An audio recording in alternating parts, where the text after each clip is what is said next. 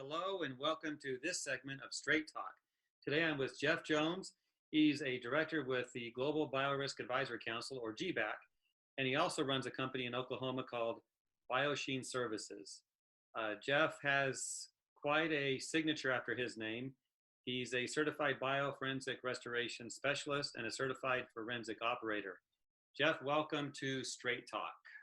Hey, good morning, Jeff. Thank you. So, how are things going on in Oklahoma? Busy, but not so much outside because outside activity has been brought to a minimum Yeah, with everyone being sequestered in their own homes and businesses being shut down because of SARS coronavirus COVID-19. quite an issue. So I know, yeah, your company's been busy. You got some projects coming up that are substantial. So thank you for giving up a few moments of your time. I know So it's kind of early there. I don't know, eight something. That's probably half the day for you, right? You've been up since what, 4? something like that. Morning person like I am. Well, Jeff, I tell you what, let's talk about something you mentioned to me in a phone call. You were watching Fox News and you saw a scrolling headline about a statistic that troubled you, I believe, when you saw that. Why don't you tell us about that and explain why you're concerned? Well, yesterday morning I was making some notes and I had actually Fox News volume off.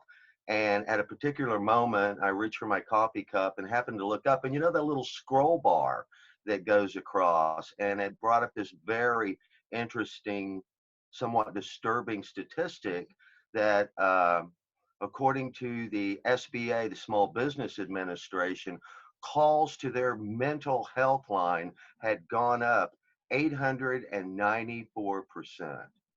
Now, that is, that didn't double, that didn't triple. 894% to a mental health line is somewhat disturbing, to say the least. And what we're looking at, and let me say this for people that really do forensic restoration, we're not crime scene cleaners, we're not recovering some bio, we're caretakers of the human condition. So there are no small things. Everything affects something else.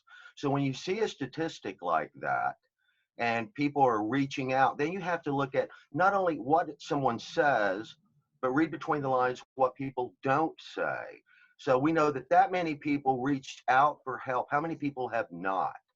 Okay, if you go to the CDC site, Center for Disease Control, and you can look this up, periods of suicide have increased when the economy was under duress, like the stock market crash of 1928 and further duress in 1932.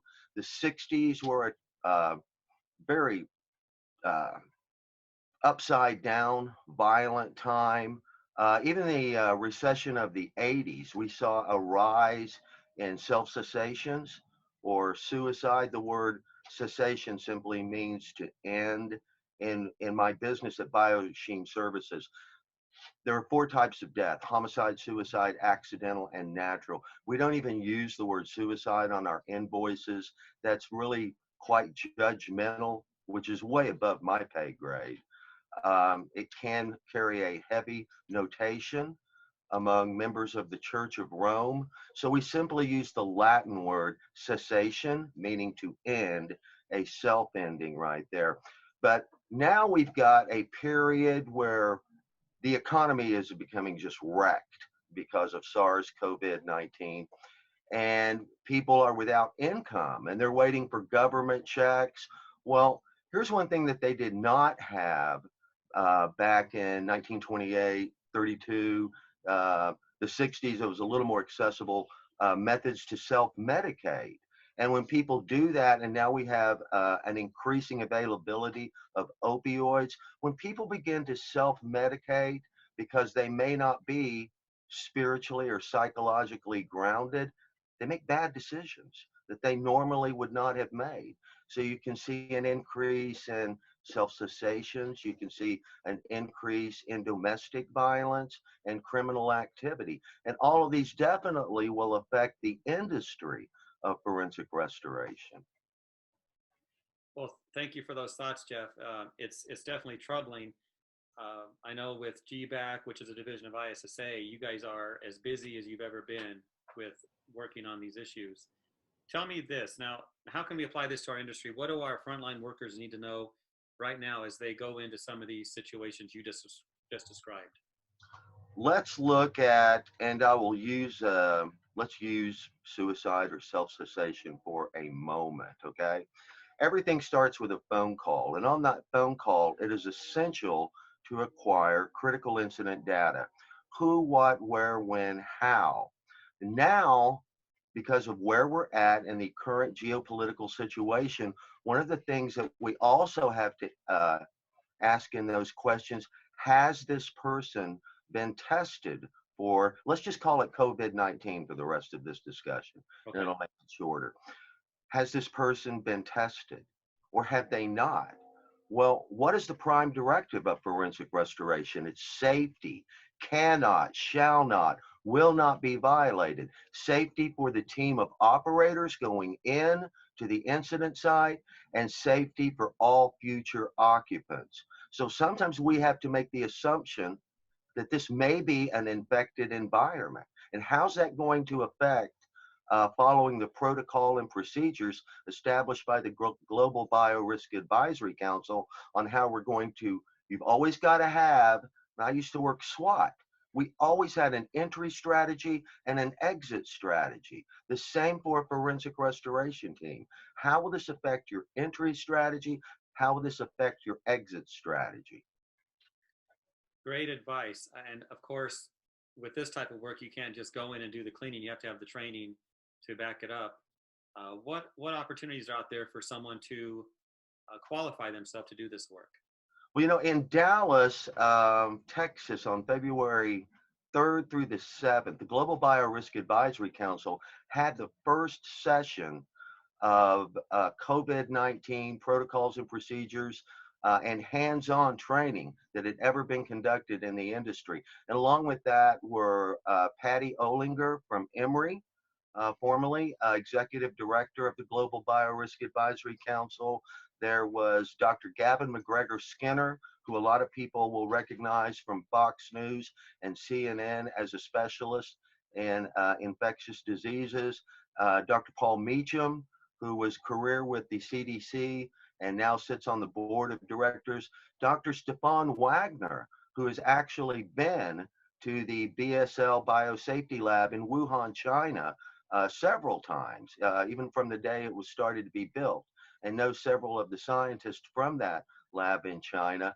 They were all there along with Stephen Leung and from Contact and yours truly for not only classroom session, but hands-on training. And training is everything. Here's the difference. Students learn, warriors train. And have no doubt in your mind, this is microbial warfare. This is where people were actually suiting up and following protocols and procedures and learning how to work themselves in to an environment, how to work themselves out through the proper protocols and procedures of pre-disinfecting, testing, forensic cleaning, post-disinfecting. And let's run this real quick, okay? Cleaning, as defined by Dr. Michael A. Berry in his great book, Guarding the Built Environment, is defined as the removal of soil, both visible and invisible. Forensic cleaning is defined as the removal of biological contaminants, both visible and invisible, to prepare surfaces, both vertical and horizontal, for professional disinfecting.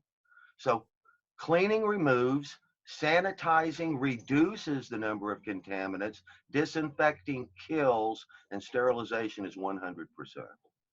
Great information. Now, of course, that class is in the past. Right now, there aren't many online, or I'm sorry, not many in-person classes where we can get together like we have in the past, but that'll come back. So I It assume will. this type of training is going to be available It hopefully will. soon. As soon as we're able to get together, then let's call the Global Biorisk Advisory Council GBAC for the rest of this conversation. GBAC will be hosting hands-on training for that. Which just right now, that's not realistic. That's not feasible to do. Yes, that's true. But it's hopefully this will pass soon and we'll be back to normal as we can get. Well, Jeff, I do appreciate your time here, and hopefully those that watch this understand the need for training as they enter the space that we discussed today, forensic restoration. Have a good day. Thanks. Train hard, work safe, walk in beauty. Thank you very much.